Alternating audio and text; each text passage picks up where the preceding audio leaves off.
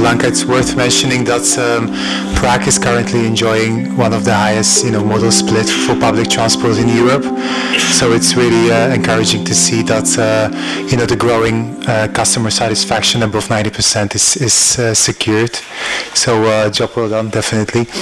Now, ladies and gentlemen, before moving forward for the last presentation of our guest Antonio Cararini from Jaspers, which will be sort of a final speech for today, we still have a few minutes to discuss all three presentations in more details, but also equally important to listen to your experience, your opinions. So if you don't mind, of course we do have ready-made questions for presentations to start with, but I do believe your input is really important. I'm not saying only about asking questions to our speakers, but also perhaps you have a story to share, an experience you'd like to showcase that fits well into the context of the topic that we just discussed of our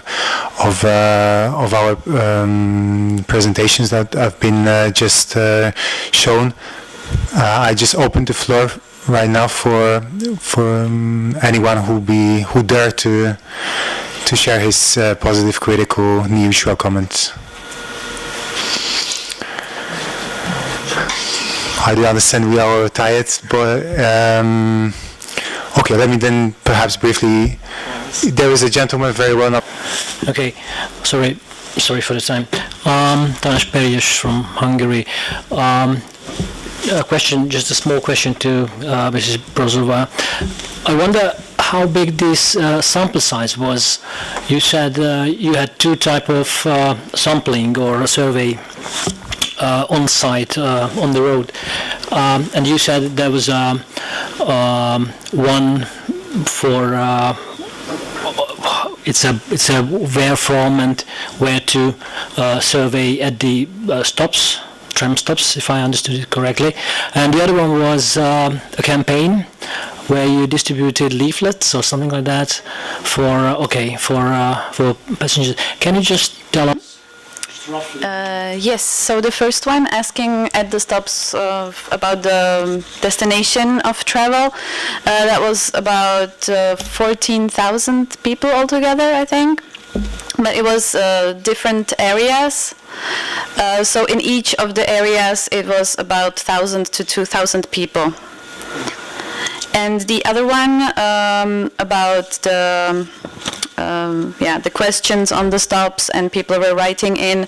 We had about 2,000 ideas coming in to us. About customer satisfaction, because to me it seems rather difficult to have all groups represented in the survey. Sorry.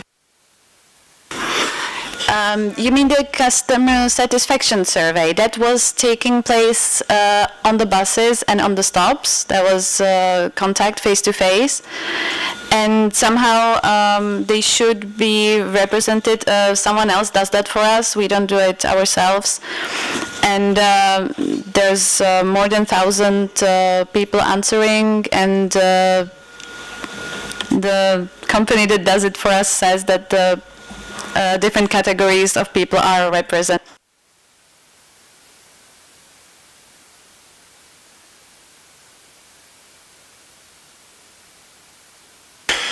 Please be so kind to specify who you would like to share question with. I would like to ask a question on the colleague from Oslo, where you have the internet survey of customer satisfaction.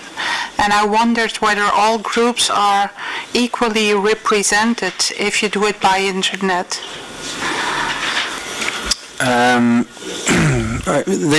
It's face-to-face, and the other is by telephone. But we also have a third survey which is done on the internet, and we can see that in terms of overall customer satisfaction, the levels are quite similar. So we have, in terms of the population, 72% claim to be satisfied overall, and that's the exact same number by a different survey on a different method, i.e. Web as opposed to telephone. Okay, thank you very much. Anybody else would like to pose a question, share any remark or opinion? There is a gentleman there at the right hand.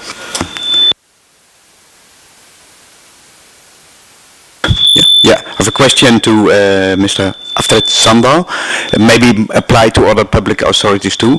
There was a lot saying about indicators, monitoring and bonus-malus regulation. The basis is a target value on each of these indicators. And I was wondering what kind of strategy or method is used to set these target values, because I can imagine if it's too high on a certain indicator, maybe the operator says, well, okay, we never make it, so let's not put any effort in that. That's a waste of time. Or if it's too low, you don't get the quality which you want. I was wondering if you have some certain strategy or ratio on setting all these target values. To say that we have a very clear and thought through strategy. I think it's the correct answer would be that it's more of tracking historical developments. So new contract, you see how the development has been the previous 3-4 years, and then you adjust the baseline accordingly. However, we also have adjusted the levels during the contracts if we have large variations, both ways. Following from the 2008 and onwards, we had much focus towards cleanliness of the modes, and also the overall satisfaction question is sort of, that's questions that you see in almost all contracts. And then during some contracts we have fare ration, or passengers in total, or ticket revenue, and some contracts we have style of driver and service mindedness of the driver. But it's it's an overall strategy. I think that's where we want to move. Okay, thank you very much. Anybody else would like to take floor? Mr. Schneider, floor is yours. I'm just curious, also because of my own family experience, to know what the Generation Z impact is on the results of the surveys. Whether what has been pointed out, in my view, also from my personal perception, pretty correctly, on cultural changes in the young generation. Whether this is somehow reflected in the results of the surveys. That's a question to both operators, not operators, but both authorities.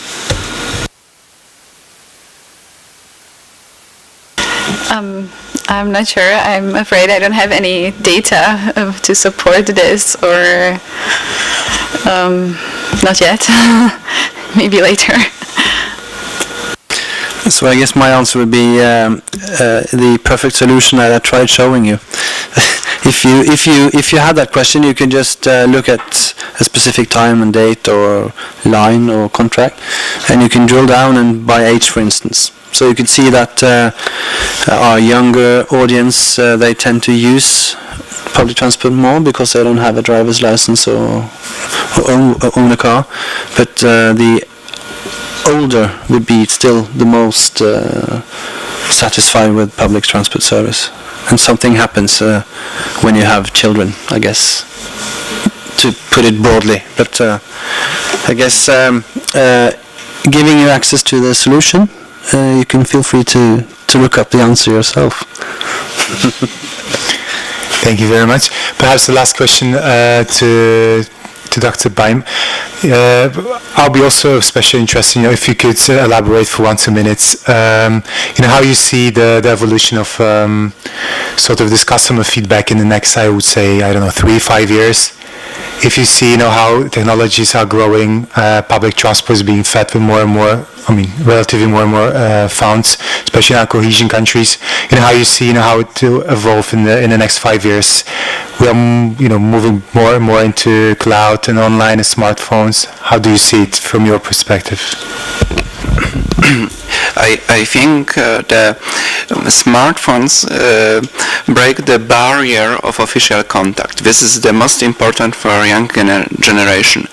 And from the other side, for public transport authorities or companies, it's a not expensive way to listen to customers. For example, in one police city, it's not connected exactly with only with public transport, but it's about the city cleanness. The city made so on the forum on Facebook, if someone had some hashtag that it's something dirty, of course it's given which hashtag is it, and people just put photos or posts that it's something wrong going on the street, that it's dirty or broken plates on pavement or something like it, some small holes.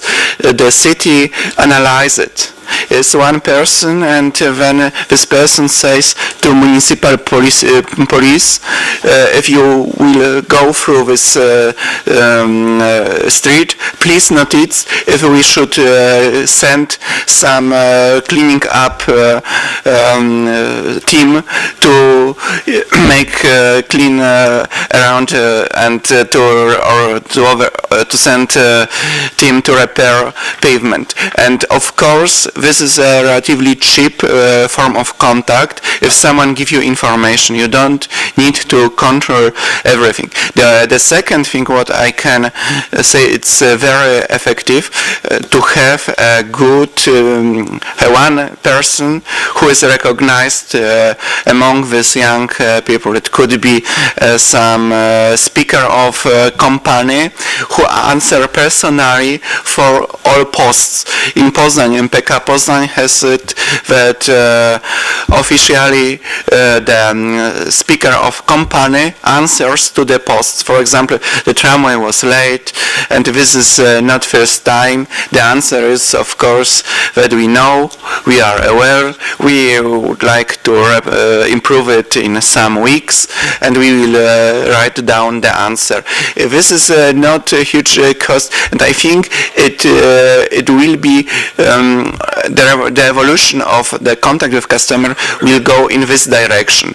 If you compare the price of the cost of one people working with Facebook, Twitter, and other form of contacts with social media, with the price of this surveys on passenger satisfaction, this is only a few money. Yes, it's not huge cost, but you have still a good contact with passengers, and passenger give you not only give you information, but this is some kind of personal connection to the company, to the services, to the system, and I think this is added value of this way of contact. Thank you very much. Well, ladies and gentlemen, economics of public transport, looking at the clock, we have arrived on time at the end of the session. So thank you very much that you provided us your feedback. Thank you very much for the speakers for their very interesting presentation and sharing their thoughts.